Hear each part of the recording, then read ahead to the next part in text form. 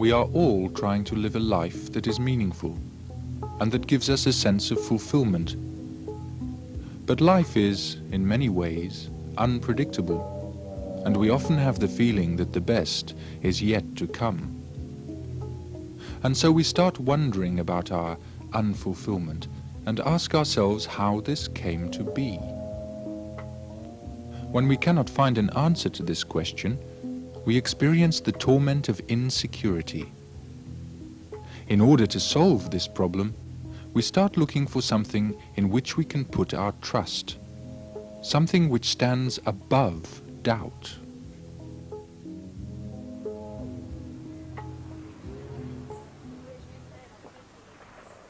In the hope of finding some kind of answer to the questions they ask themselves, each year a small group of people comes to Gstaad in Switzerland.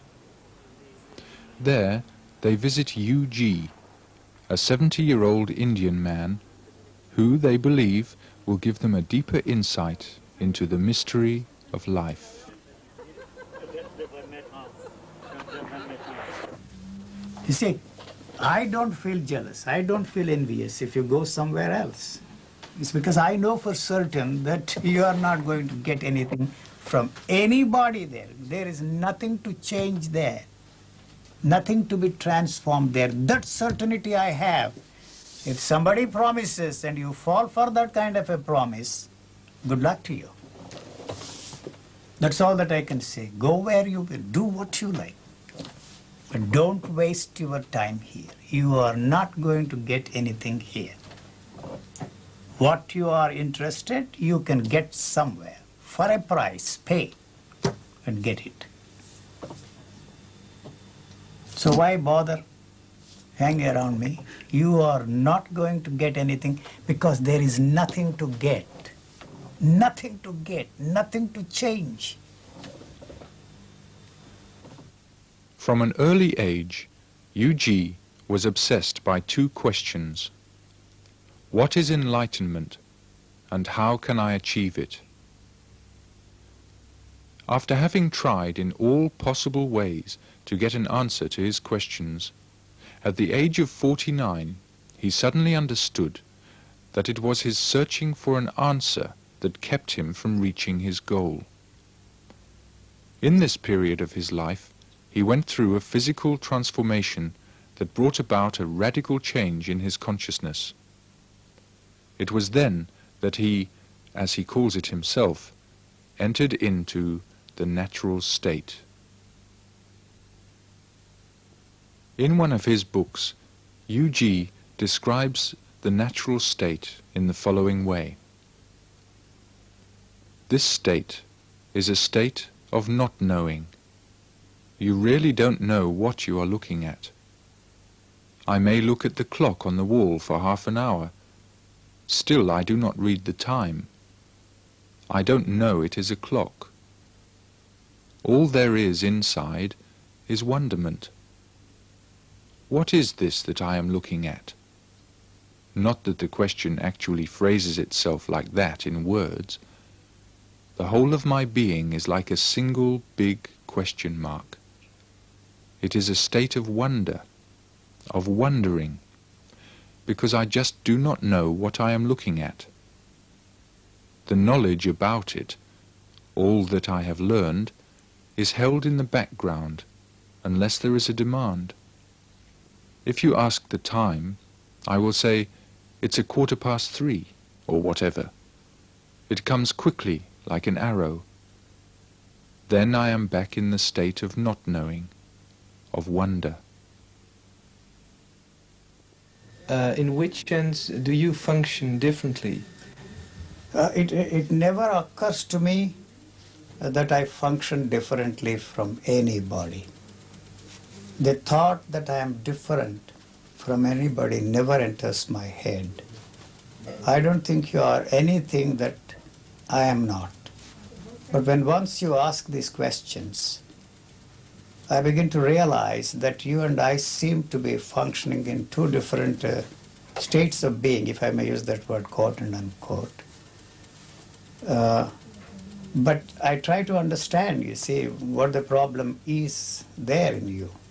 I don't see any problem, and you are only interested in solutions, you see. My interest is to point out that it is the solutions that you take as valid or responsible for your problems, just to point out. Then I am back in the situation as to what's the problem with him? I don't see any problem, you see. So when you begin to throw those questions at me, I just point out those questions are born out of the answers you already have. Without those answers, there won't be any questions. You see, I don't have any questions of any kind. How come you have questions? You are searching for some meaning, some purpose. And religion provides all answers for that. Still you haven't found a meaning, no purpose. Always looking for something more interesting to do, but there's nothing more interesting to me, more purposeful, more meaningful to do than what I am doing at this moment. If you are not here, I would turn the television on and entertain myself there. Why you should entertain yourself? Why not? The whole thing is an entertainment to me. We put some motive in you there, and that makes you talking to us. Otherwise, Why not with the idea of saving. helping. You can go to hell. Yes. Stay there for good. Get out, I'm saying. But why don't you call it helping? What's the I difference? don't- I mean, it's what's the not difference helping. between The helping? only help I can give you is to call a policeman and throw you out, which I don't want to do it. There is certain things like common decency and elementary manners. That's all.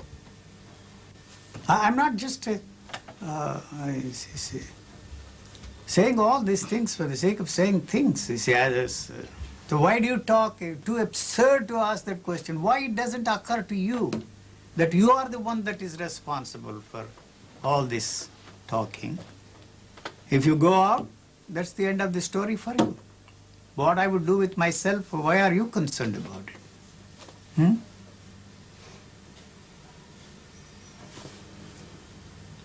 It's not that, you see. I feel that if you go, there is always somebody to talk to. I assure you that it is not one of self-fulfillment for me. If it were so, that would be my tragedy. I am doing this for my self-fulfillment. No. Even if you project that image on me, it is just fine with me. I know it is not one of self-fulfillment at all. But no, there should be an exchange, and there cannot be an exchange. There can't be. No, there cannot be. If we try to talk together, we are going to compare our set of information. What I know, what you know. No. But if we start to fight, something is going to happen. If we sing together, something is going to happen. But on the level of information, I cannot meet you, because my past experience is different and yours is different. You've been reading different books, I read different books, and so if we try to, yes, you remember, or what is the writer you prefer, and so on, we are comparing information, and there we are never going to meet. But if we would simply be silent and sit together, as in a Zen monastery, something happens.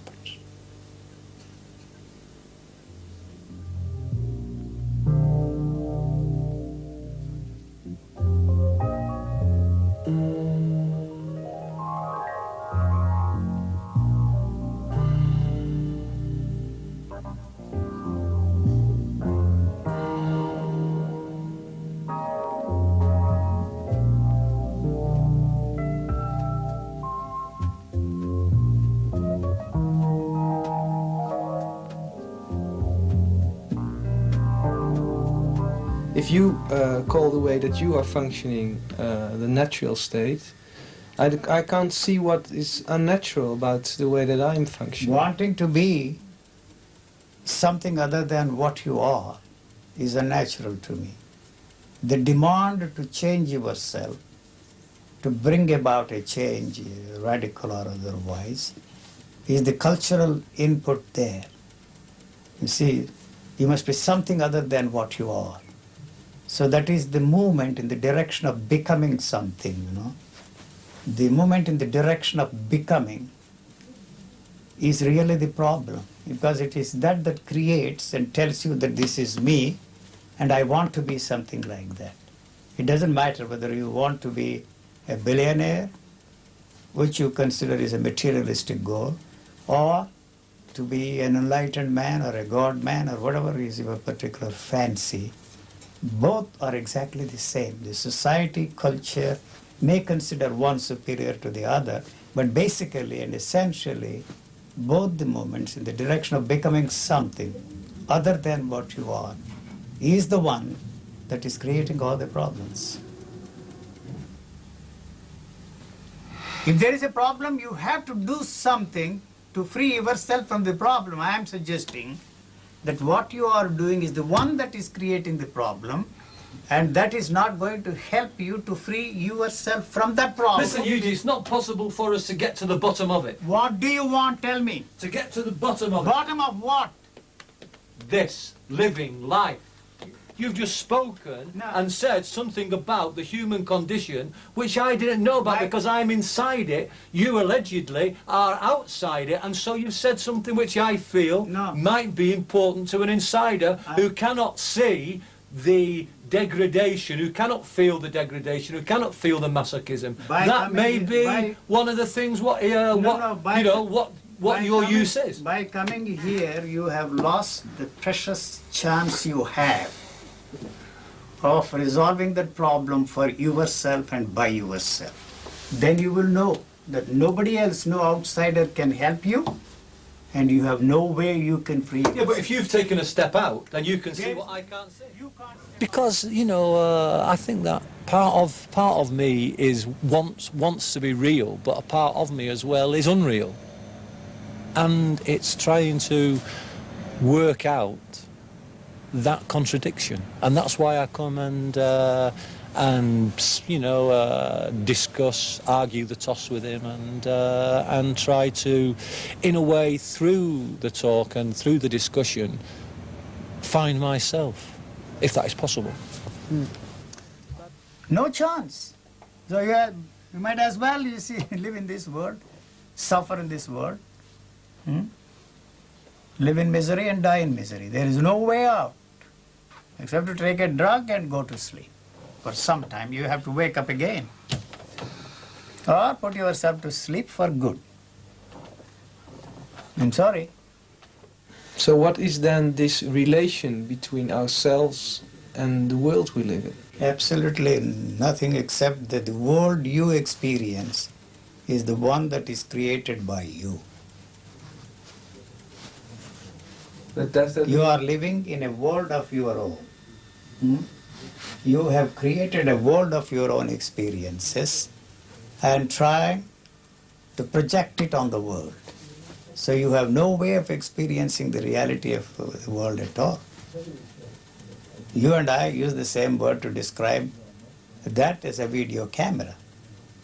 What you are holding as, you see, a pen or a pencil, as the case may be. So we have to accept all these things as valid because they are workable, you see. They make us function in this world to communicate only on that level, you see, intelligently.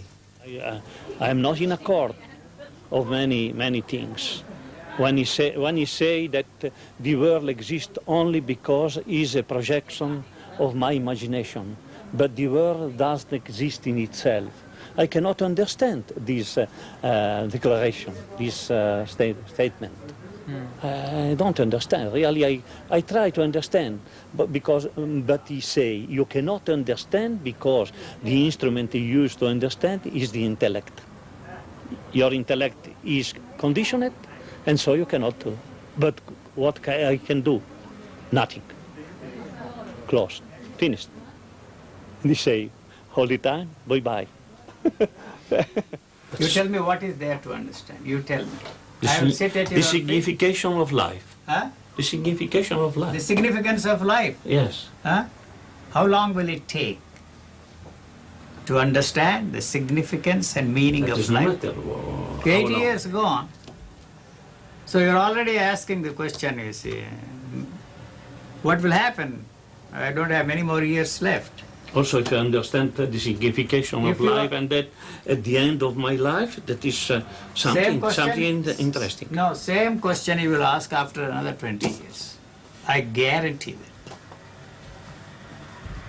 Until you stop asking that question. When that question is not there, you are dead. So that's the reason why you keep asking the question. You do not want the question to come to an end. The question and death are very closely related. They are one and the same. The answers that those people, the wise men, have given you are not really the answers. And so if they were the answers, there wouldn't be any question there. The fact that you keep asking this question all the time means that they are not the answers. Supposing I give you an answer, you will repeat this.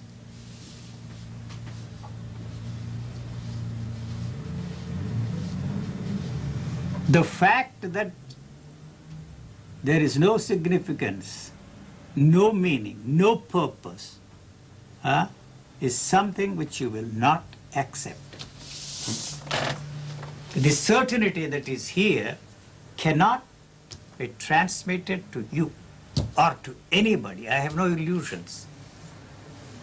When that comes to an end, there is no need for me to transmit anything. There won't be anybody left there to find out the meaning, the purpose, and the significance of life. Then only you will understand. Nature has no use for your culture, no use for our ideas, no use for your religious thinking, no use for gods. The nature wants your body to recycle. I'm sorry to say that. I cannot agree completely. You cannot agree because it's frightening that, you see, is that all after 80 years of my life discussing these very profound questions for 61 years, the usefulness of this body is only for nature, which is interested in recycling this body. There must be something more than that. Come on, Mr. Naturalny. You can just go out. Take care. Walk. Do something more significant. To discuss about those things is for me very interesting. I had hope that I can realize before my death something real of that, but they was only words and words. Also now, I am in this conviction.